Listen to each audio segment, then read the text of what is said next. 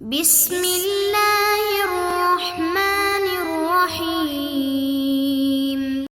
نحمده ونصلي ونسلم على رسوله الكریم اما بعد۔ معزز طلباء، سبق نمبر 190 اور باب الیمینی فی الاکل والشرب،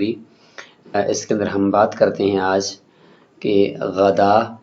عشاء اور سحور یہ تین قسم کے کھانے ہوتے ہیں، اور کس وقت سے لے کر کس وقت تک کے کھانے کو غدا کہیں گے، اور پھر کس وقت سے کس وقت تک کے کھانے کو عشاء کہیں گے، اور کس وقت سے کس وقت تک کھانے کو سحور کہیں گے۔ تو اس کا مصداق ہم سمجھیں گے، اور ساتھ ہی معنی حقیقی اور معنی مجازی مراد لینے میں ائمہ کی جو آراء ہیں ان کو بھی ہم انشاءاللہ جاننے کی کوشش کریں گے۔ وَإِذَا حَلَفَ لَا يَتَغَدَّى فَالْغَدَاءُ الْأَكْلُ مِنْ طُلُوعِ الْفَجْرِ إِلَى الظُّهْرِ وَالْعَشَاءُ مِنْ صَلَاةِ الظُّهْرِ إِلَى نِصْفِ اللَّيْلِ لأن ما بعد الزوال يسمى عشاء، لهذا تسمى الظهر إحدى صلاتي العشاء في الحديث،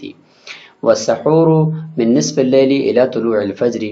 لأنه مأخوذ من السحر ويطلق على ما يقرب منه، ثم الغداء والعشاء ما يقصد به الشبع عادة، وتعتبر عادة أهل كل بلدة في حقهم، ويشترط أن يكون أكثر من نصف الشبع۔ عبارت کا حاصل یہ ہے، قسم کھائی ایک شخص نے کہ وہ غدا کا کھانا نہیں کھائے گا۔ اب غدا اسے کہتے ہیں تو تین قسم کے کھانے ہوتے ہیں، ایک ہوتا ہے غدا، ایک ہے عشاء اور ایک ہے سحور۔ اب غدا کا اطلاق عربی کے اندر کس کھانے پر ہوتا ہے تو فرماتے ہیں غدا کا معنی ہوتا ہے فجر یعنی صبح صادق کے طلوع ہونے سے لے کر ظہر تک کا جو وقت ہے، اس کے بیچ میں کھانا کھانے کا نام غدا ہے، اور عشاء یہ ظہر کی نماز کے بعد سے لے کر رات کے نصف حصے تک بیچ میں جو بھی چیز کھائی ہے اس کو عشاء کہتے ہیں۔ اور ظہر کی نماز کا وقت کے بعد کو عشاء کیوں کہتے ہیں، کھانے والی چیز کو عشاء کیوں کہتے ہیں؟ دلیل دیتے ہیں کہ زوال کے بعد جو وقت ہے اس کو عشاء کہا جاتا ہے، اسی وجہ سے ظہر کی نماز کو عشاء کی دو نمازوں میں سے ایک نماز کہا گیا ہے حدیث کے اندر۔ اور سحور فرماتے ہیں یہ رات نصف جب ہو جاتی ہے اس کے بعد سے لے کر صبح صادق تک کا جو وقت ہے، اس میں جو کھانا کھایا جاتا ہے اس کو سحور کہتے ہیں۔ اچھا، سحور کی وجہ تسمیہ کہ لأنه مأخوذ من السحر، اور کیونکہ یہ سحر سے ماخوذ ہے، اور سحر دوسرا نصف جو رات کا ہوتا ہے اس کو کہا جاتا ہے۔ وَيُطْلَقُ عَلَى مَا يَقْرُبُ مِنْهُ، اور اس کے قریب ترین جو وقت ہے اس پر بھی اس کا اطلاق ہوتا ہے۔ ثم الغداء والعشاء ما يقصد به الشبع عادة، فرماتے ہیں کہ یہ غدا اور عشاء کا جو کھانا ہے یہ کتنا انسان کھائے گا تو وہ حانس ہوگا۔ مثلا اس نے کہا تھا کہ میں غدا نہیں کھاؤں گا تو پھر کتنا کھایا، اگر ایک لقمہ بھی کھا لیا تو پھر بھی حانس ہو جائے گا؟ فرماتے نہیں، غدا اور عشاء کے کھانے میں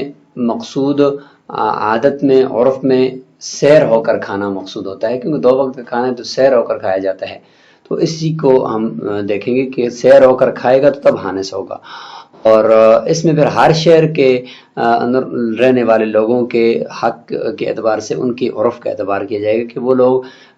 غدا میں کیا کھاتے ہیں، عشاء میں کیا کھاتے ہیں، اور اگر کسی جگہ پہ روٹی کے ساتھ کھانا کھانے کا غدا اور عشاء میں رواج اور عرف پہ تو وہ روٹی کھائے گا تو تب حانس ہوگا۔ کوئی اور چیز فاسٹ فوڈ وغیرہ کھاتا ہے، کوئی ڈبل روٹی کھا لیتا ہے تو وہ حانس نہیں ہوگا۔ اور کہیں پہ اگر چاول کھائے جاتے ہیں تو اگر وہ چاول کھاتا ہے تب حانس ہوگا، ورنہ نہیں ہوگا۔ تو ہر شہر والوں کے عرف کا اعتبار ہوگا۔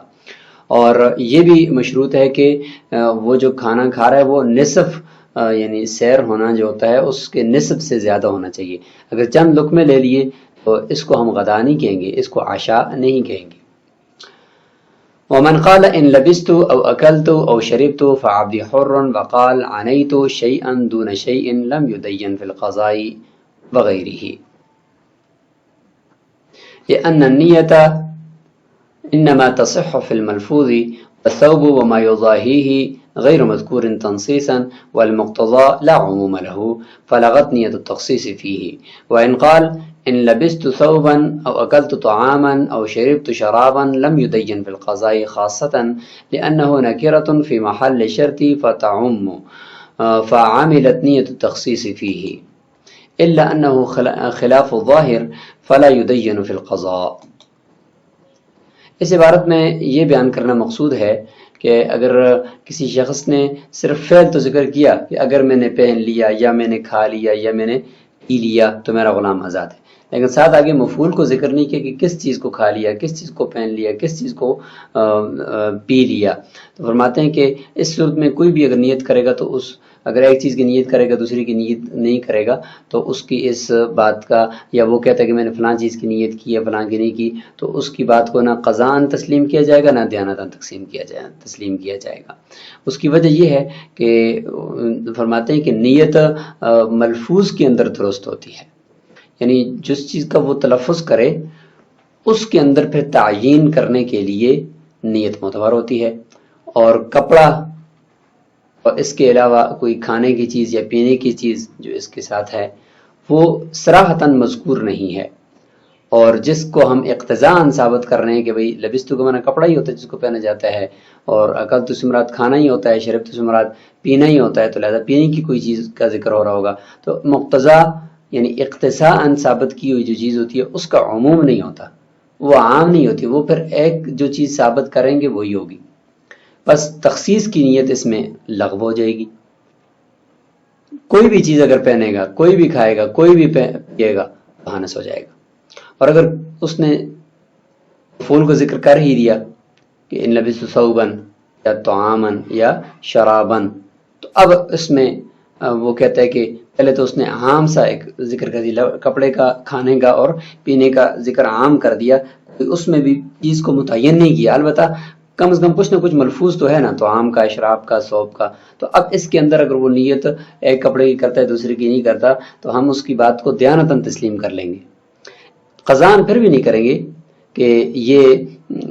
خلاف ظاہر ہے، ظاہر کے خلاف بات کرے، کیونکہ ثوب اس نے مطلق بولا ہے، اب اس میں سے تخصیص کر رہا ہے، قاضی تو اس کی بات کو تسلیم نہیں کرے گا، لیکن اگر خود آپس میں فیصلہ کر رہے ہیں تو حکم جو ہوتا ہے یعنی جرگہ وغیرہ کی صورتحال کے اندر یا مسئلہ پوچھنے کے لیے آئے گا تو اس کی بات کو تسلیم کر لیا جائے گا، لیکن قاضی کی عدالت میں اس کی بات کو تسلیم نہیں کیا جائے گا، کیونکہ یہ فرماتے کہ ہے تو نکرہ ہے یہ ثوباً طعاماً شراباً، لیکن شرط کی جگہ پر ہے تو لہٰذا یہ عام ہو جائے گا، تو پر اس میں تخصیص کی نیت عمل کرے گی، لیکن چونکہ ظاہر کے خلاف ہے اس لیے صرف قضاءً اس کی بات کی تصدیق تو نہیں کی جائے گی لیکن دیانتاً کی جائے گی۔ قال ومن حلف لا يشرب من دجلة فشرب منها بإناء لم يحنث حتى يكرع منها كرعا عند أبي حنيفة رحمه الله، وقال إذا شرب منها بإناء يحنث لأنه المتعارف المفهوم، وله أن كلمة من للتبعيض وحقيقته في الكرع هي مستعملة، ولهذا يحنث بالكرع إجماعا، فمنعت المصير إلى المجاز وإن كان متعارفا، وإن حلف لا يشرب من ماء دجلة فشرب منها بإناء حنث لأنه بعد الاغتراف بقي منصوبا إليه وهو الشرط، فصار كما إذا شرب من ماء نهر يأخذ من دجلة۔ امام قدوری رحمہ اللہ فرماتے ہیں کہ ایک شخص نے قسم کھائی ہے کہ وہ دجلہ سے نہیں پیے گا، پانی کا ذکر نہیں ہے، دیکھ لیں سیدھا سیدھا دریا کے اوپر، یعنی جو دریا دجلہ ہے اس کے اسم کے اوپر من کو داخل کیا ہے کہ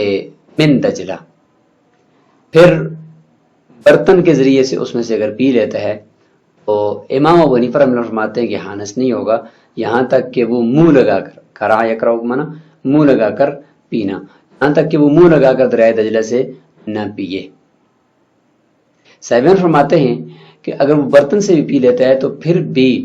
اس نے دجلہ ہی کا پانی پیا تو من دجلہ پایا گیا، لہذا حانس ہو جائے گا، کیونکہ متعارف اور مفہوم عرف کے اندر عموم مجاز یہی ہے کہ بس پانی پینا مقصود ہے۔ امام ابو حنیفہ رحمہ اللہ فرماتے ہیں کہ کلمہ من یہ تبعیض کے لیے ہے، اور حقیقی معنی اس کا ہے، اس کی جو حقیقت ہے وہ یہ ہے کہ منہ لگا کر پینا،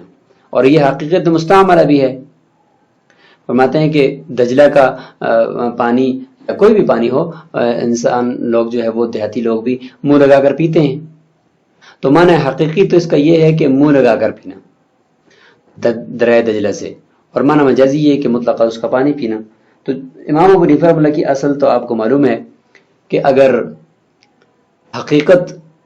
حقیقی معنی کسی چیز کا، کسی لفظ کا وہ مستعمل ہو تو پھر مجاز کی طرف نہیں جاتے، اور صاحبین فرماتے ہیں کہ اگر عمومی مجاز ہو، مجاز متعارف ہو، تو اس کی طرف چلے جائیں گے۔ تو اس لیے انہوں نے فرمایا کہ بس دجلہ کے پانی سے اگر پی لیا تو بس دجلہ کا پانی اگر برتن میں لے کر بھی پی لیا پھر بھی وہ حانث ہو جائے گا۔ تو امام ابو حنیفہ فرماتے ہیں کہ وَلِهَذَا يَحْنَثُ بِالْكَرْعِ اجمعاً، اسی وجہ سے فرماتے ہیں کہ اگر کوئی من دجلہ کی الفاظ کے ساتھ قسم کھائے کہ لا يشرب من دجلہ، اس کے بعد اگر وہاں پر منہ لگا کر وہ پانی پی لیتا ہے تو سب کے نزدیک وہ حانث ہو جاتا ہے۔ تو یہی اس کا معنی حقیقی ہے جو مستعمل بھی ہے، اسی لیے تو حانث ہوا، تو لہذا حقیقت ہی کو مراد لیا جائے گا۔ بس یہ معنی حقیقی مجاز کی طرف جانے سے منع کرے گا، اور اگرچہ وہ مجاز متعارف ہو۔ اور اگر اس نے قسم کھائی کہ دجلہ کے پانی سے نہیں پیے گا، تو اب دجلہ کا پانی ہی پینا مقصود ہے جہاں سے بھی پیے، پھر اگر اس نے برتن میں بھی لے کر پی لیا تو حانث ہو جائے گا، کیونکہ لأنه بعد الاقتراف بقیہ منصوبہ علیہ، کیونکہ اگر چلو بھر کر پیے یا برتن میں لے کر پیے، ہر حال میں پھر بھی وہ پانی تو دجلہ ہی کی طرف منسوب ہے نا، تو ہمیں بھی وہی چاہیے، وہ شرط کہ دجلہ کا پانی بس پی لیا تو حانث ہو جائے گا۔ بس یہ ایسا ہی ہے جیسے کہ اس نے نہر کا پانی پیا، ایسی نہر جو دجلہ کے اندر سے نکل کر دوسری طرف جا رہی تھی، تو اس پانی کو پی لیا تو وہ بھی دجلہ ہی کا پانی ہے، تو لہٰذا مقصود یہ ہے کہ بس دجلہ کا پانی پینا، تو اس میں پھر منہ لگا کر پیے، برتن کے ساتھ پیے، یا یہ ہے کہ اس سے نکلنے والی نہر سے پیے، تو سب ایک ہی حکم رکھتے ہیں۔ تو اگلی جو بحث ہے، اگلا مسئلہ تھوڑا سا تفصیلی ہے، تو ہم چاہتے ہیں کہ اس کو ایک مستقل سبق کے اندر ذکر کریں۔ اس مسئلے کے اندر امام ابو حنیفہ رحمہ اللہ کا قول مفتہ بھی ہے فتاوی کی کتب میں کہ اگر من دجلہ کہا ہے تو پھر منہ لگا کر پیے گا تو تب حانث ہوگا، ورنہ نہیں ہوگا، اور اگر میں مائے دجلہ کہا ہے تو پھر جس طریقے سے بھی پیے حانث ہو جائے گا۔ السلام علیکم ورحمۃ اللہ۔